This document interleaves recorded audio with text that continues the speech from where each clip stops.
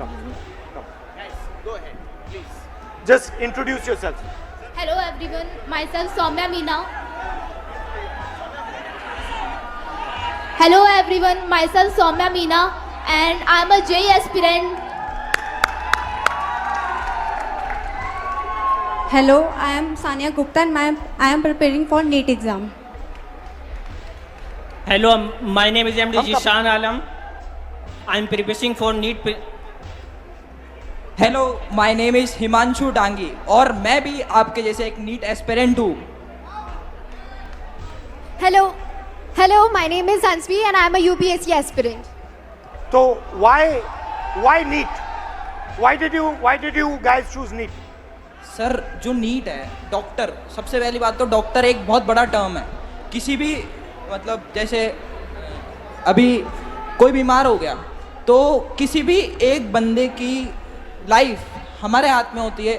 मतलब अभी तो मैं नीट के लिए तैयारी कर रहा हूँ, तो जैसे नीट का पेपर लीक हुआ तो पूरी होप टूट गई है. डॉक्टर बनने के लिए आदमी, कोई भी व्यक्ति इतना मेहनत करेगा, 2-3 साल मेहनत करेगा, फिर पेपर देगा वो, और फिर उसको बता दिया जाता है कि तुम्हारा पेपर लीक हो गया और फिर तुम्हें वापस पेपर देना है, तो होप टूट गई. तो आपके अंदर जो भावना थी,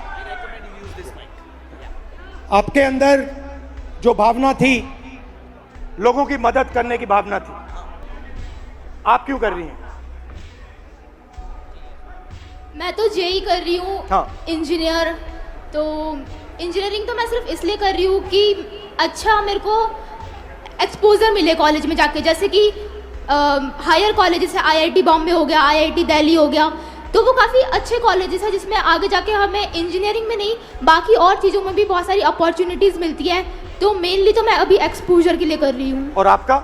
So actually I have always been interested. I am a very social person. So I think UPSC would genuinely help me engage in society and make policies and decisions. And you? Sir, हम लोगों को बचपन से सिखा ही यही दिया जाता है कि आपको बड़े होकर डॉक्टर, इंजीनियर ये सब बनना है. तो एक मन से बचपन से ही वो सपना बन जाता है कि डॉक्टर बनना ही. मगर अगर आप सबको बिल्कुल फ्री छोड़ दिया होता और असलियत में आप क्या करना चाहते हो, तो फिर क्या जवाब मिलता? सर, मेरे को डांसिंग में बहुत शौक था. आपको डांसिंग में शौक है? आपको? सर, हमको डॉक्टर ही बनना था. मेरे जो अंकल थे वो हार्ट अटैक से डेथ कर गए थे 2019 में, तो इसीलिए मैं मतलब अर्जेंट मतलब वो उन्हें नहीं मिला, तो इसी की वजह से वो डेथ कर गए. तो बस इसी के कारण मैं डॉक्टर बनना चाहता हूँ. और आप? अगर आपको पूरी फ्रीडम दिया गया तो क्या करोगे आप? सर, नीट ही करोगे, डॉक्टर ही बनोगे?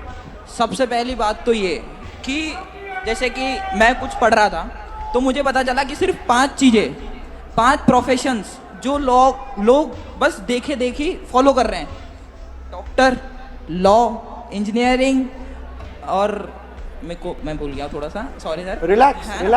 तो अब कोई लोग खुद से पीछे करते हैं, मतलब ऑप्शंस नहीं है. सबसे पहली बात, मेन बात ये है. तो अगर आप नीट की तैयारी कर रहे हो, हाँ, अप्रोक्सीमेटली कितना पैसा लगता है beginning to end? Beginning to end, अगर आपको ऑफलाइन अच्छी कोचिंग में तैयारी करनी है, अगर आप 11 से आ रहे हो, मिनिमम 3 लाख रुपये तो कोचिंग फीस है 2 साल की. फिर उसके अलावा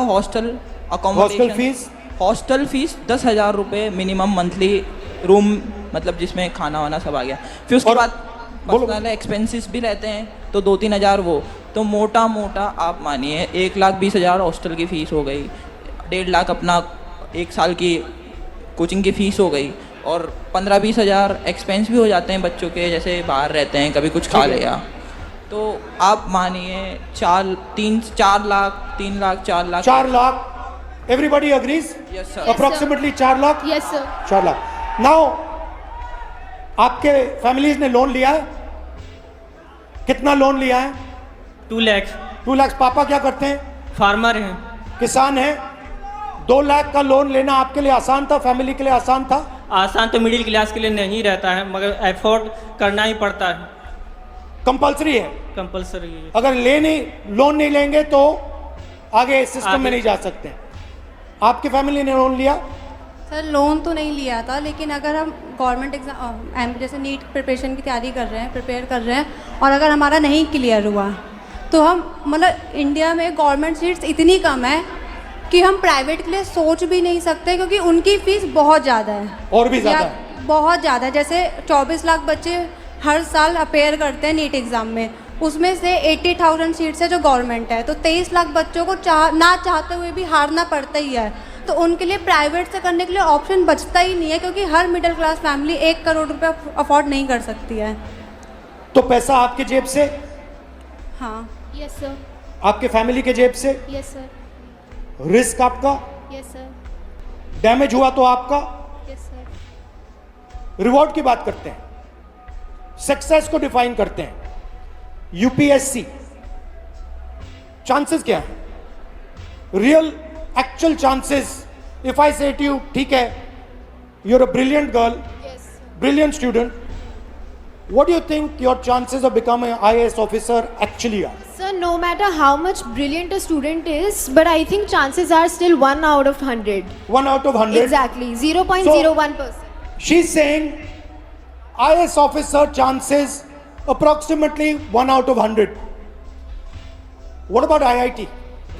What do you think are the chances IIT में जाने का क्या चांस है? Sir, 16 lakh students are appearing almost for IIT JEE, and if we consider NIT, triple IT, No, IIT. Because you Okay. want IAS, you want IIT, IIT. you want NEET, doctor. Yes, sir. So IIT, you want to go in there, you want to be an IIT graduate. What are your actual chances? Do you think, what are you actually facing? sir, if we consider only IIT, then there are 0.1 chances. Good Small IITs. chances. Yes, sir. Low chances, okay? Very low And chances. Sir NEET में 22 लाख बच्चे exam देते हैं और लगभग 1 लाख बच्चों का selection होता है। 1 लाख से कम ही है, 1 लाख तो मैं बता रहा हूँ ज़्यादा। तो सर ये क्या जिम्मेदारी है, ऐसे हम कैसे होगा सर? तो यहाँ पे अप्रोक्सीमेटली 3,000 लोग हैं, अप्रोक्सीमेटली, थोड़े ज़्यादा आ गए हैं, बट हमने 3,000 का कैलकुलेट किया था, ठीक है? 3,000 में से आईएएस के कितने बनेंगे? एक। 3,000 में से वो जो कोने में एक डॉट है ऊपर, 1% out of this whole function, इस पूरे फंक्शन में से एक व्यक्ति, सिर्फ एक व्यक्ति आईएएस में जा सकता है। इस पूरी भीड़ में से आईआईटी में कितने जाएंगे? सर आईआईटी में भी ज्यादा सीटें तो नहीं है, 1 30। या 2। इस पूरी भीड़ में से, इस पूरी की पूरी भीड़ में से 30 लोग, सिर्फ 30 लोग, मतलब यहां पे जो खड़े हैं वो आईआईटी में जाएंगे। और नीट का दिखा दीजिए,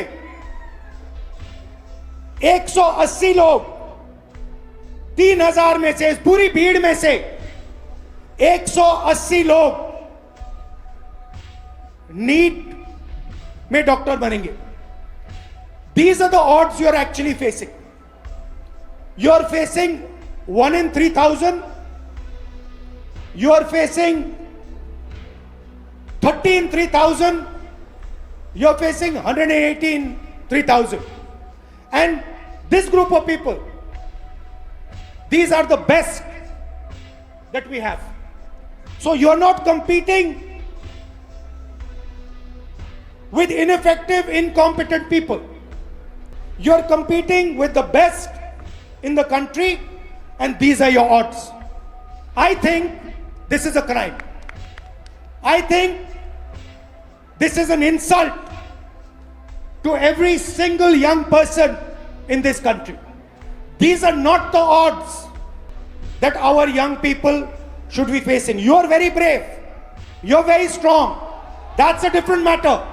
But this is stressful, this is unfair, and this is brutal.